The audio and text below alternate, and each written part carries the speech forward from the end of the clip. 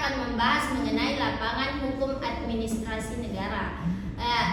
Tapi untuk membahas materi ini saya tidak akan sendirian, tetapi saya akan ditemani oleh teman-teman yang sudah ada di samping saya, yaitu Yulianti Kikwalor, Elsa Angelin, Nur Anggraini Suci Ramadan, dan Fitri Handayani S. Oh ya teman-teman, buku yang kalian lihat di depan atau di atas meja itu merupakan buku dari salah satu dosen kami, yaitu Dr. Herman S.H.M. Hum. Nah teman-teman, seperti yang tadi saya katakan bahwasanya hari ini kita akan membahas materi mengenai lapangan hukum administrasi negara. Teman-teman sudah pasti paham lah atau hatam tentang mengenai hukum administrasi negara. Secara kan kalian merupakan mahasiswa aktif dari Prodi Pendidikan Pancasila dan Kewarganegaraan, yang dimana mata kuliah yang kalian aku itu secara sebagian besar membahas mengenai seputar hukum seperti hukum pidana, hukum perdata, salah satunya itu hukum administrasi negara. Nah, untuk mengawali pembahasan kita kali ini, mungkin salah satu dari kalian bisa memberikan perspektif atau gambaran mengapa kita itu harus mempelajari hukum administrasi negara dan apa sih sebenarnya hukum administrasi negara itu? Ya, berbicara tentang hukum administrasi negara atau biasa kita sebut dengan Basturrecht mempunyai unsur utama yakni Bastur. Nah, menurut pandangan Philippus M. Hadjon, Bastur ini berhubungan dengan Sturen dan Sturing. Nah, Philippus juga ini mengemukakan tentang hukum administrasi negara adalah suatu aturan yang terkait dengan proses politik dan pemerintahan. Nah, adapun pentingnya kita mempelajari hukum administrasi negara ini yaitu yang pertama membantu kita memahami bagaimana pemerintah harus bertindak secara transparan. Nah, sehingga masyarakat dapat mengawasi bagaimana tindakan pemerintah itu sendiri. Nah, yang kedua yaitu alasannya untuk memberikan kita kerangka untuk melindungi hak-hak warga negara terhadap tindakan-tindakan pemerintah yang sewenang-wenang dan tidak adil terhadap warga negara itu sendiri. Baik, itu saja dari saya. Nah, jika dilihat dari jawaban saudara Yulianti tadi itu secara otomatis hukum administrasi negara itu berkenaan atau berkaitan dengan hukum nasional di Indonesia. Jadi mungkin bisa dijelaskan apa sih fungsi atau peran hukum administrasi negara dalam sistem hukum nasional, dan mungkin bisa diberikan contoh kasus mengenai hukum administrasi negara untuk supaya kita sebagai penonton itu tidak awam mengenai hukum administrasi negara itu sendiri. Ya, baik, terima kasih.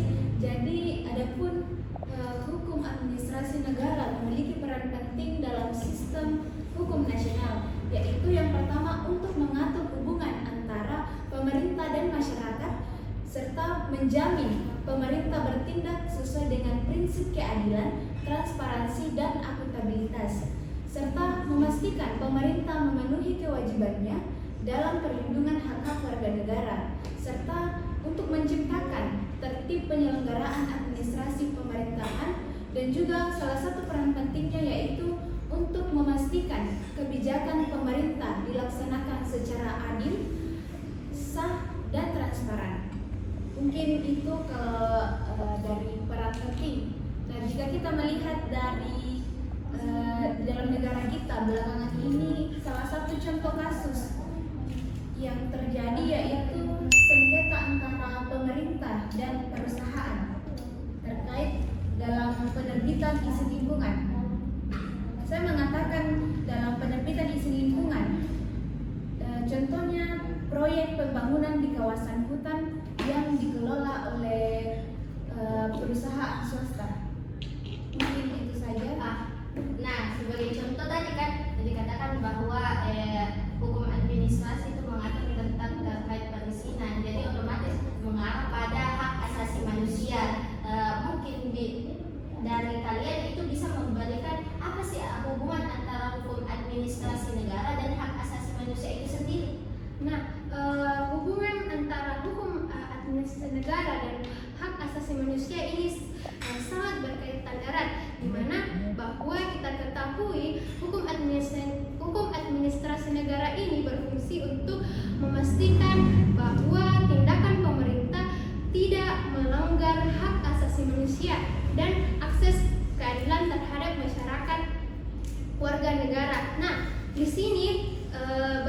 lagi bahwa pemerintah berkewajiban dan bertanggung jawab untuk melindungi warga negara dari beberapa tindakan pemerintah yang melanggar hukum.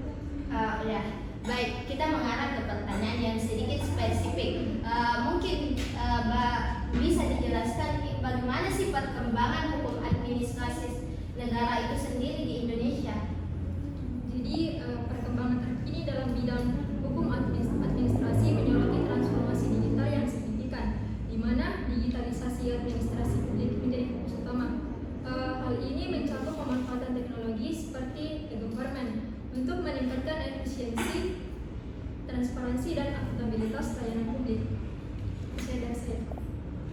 Nah, tadi berbicara tentang keterbukaan atau akuntabilitas.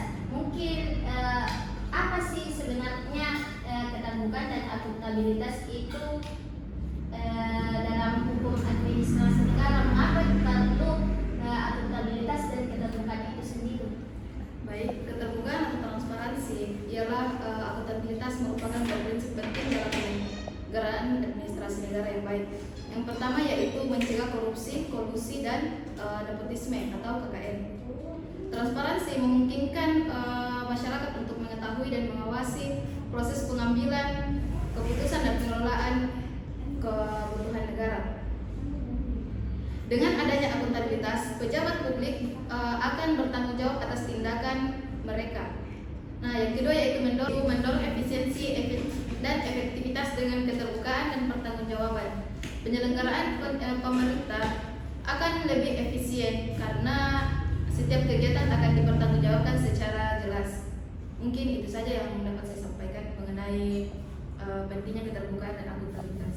Oh, jadi jika mengarah pada jawaban Saudara Fitri tadi, bisa jadi itu jawabannya merupakan solusi dari tantangan-tantangan yang ada atau yang terjadi dalam hukum administrasi negara. Mungkin bisa dijelaskan apa saja sih tantangan yang dihadapi dalam penerapan hukum administrasi negara itu sendiri? Baik, tantangan yang akan dihadapi dalam hukum administrasi negara ialah yang pertama kurangnya kepastian hukum. Hukum administrasi negara sering kali tidak memiliki aturan yang jelas dan tegas sehingga menimbulkan multitafsir dalam pelaksanaannya. Hal ini berdampak pada sulitnya penegakan hukum. Yang kedua yaitu tumpang tindih regulasi. Banyaknya peraturan perundang-undangan yang diterbitkan oleh berbagai instansi dapat menyebabkan kebingungan dan konflik antara peraturan pusat dan daerah. Yang ketiga yaitu banyaknya pemerintah yang melanggar hak asasi dan ruang lingkup hukum administrasi negara. Mungkin itu saja tantangan yang dapat saya sampaikan. Menyorot pada jawaban yang nomor 3 tadi mengenai tindakan pemerintah yang melanggar hak asasi dalam ruang lingkup hukum administrasi. Seperti apa sih tindakan-tindakan pemerintah yang melanggar hak asasi dalam ruang lingkup hukum administrasi negara itu sendiri? Nah, jika dibilang tadi tindakan pemerintah yang melanggar dalam ruang lingkup hukum administrasi negara itu sendiri. Nah, adapun perbuatan pemerintah tersebut yang pertama yaitu perbuatan administrasi negara yang melawan hukum, yang kedua yaitu perbuatan administrasi negara yang menyalahgunakan wewenang. Nah, yang ketiga yaitu perbuatan administrasi negara yang sewenang-wenang. Mungkin itu saja. Mengarah ke pertanyaan yang menuju ke masa depan lah ya.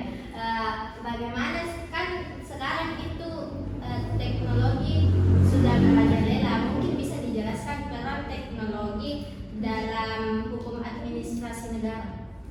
Jadi teknologi ini berperan penting dalam hukum administrasi dengan meningkatkan efisiensi, transparansi, dan akuntabilitas. Contohnya, teknologi mempermudah proses perizinan melalui sistem online, mempercepat pengelolaan data administrasi, serta membantu pengawasan dan penegakan hukum melalui alat digital seperti big data dan AI.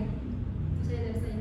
Mungkin pertanyaan terakhir untuk mengakhiri sesi sharing time kita pada hari ini. Mungkin pertanyaannya itu mungkin teman-teman bisa memberikan atau menyampaikan harapan untuk perkembangan hukum administrasi di masa depan. Jadi harapan saya dan harapan kami sahabat podcast untuk perkembangan hukum administrasi negara di masa depan adalah semoga sistem ini semakin transparan, responsif, dan akuntabel dengan memperkuat perlindungan hak asasi manusia serta memastikan kebijakan pemerintah sesuai dengan prinsip keadilan dan kepastian hukum. Selain itu, perluasan aksesibilitas informasi publik serta penerapan teknologi digital untuk mempercepat dan meningkatkan efisiensi pelayanan administrasi juga sangat penting. Dengan demikian, sistem administrasi hukum dapat lebih efektif dan responsif terhadap tuntutan masyarakat modern.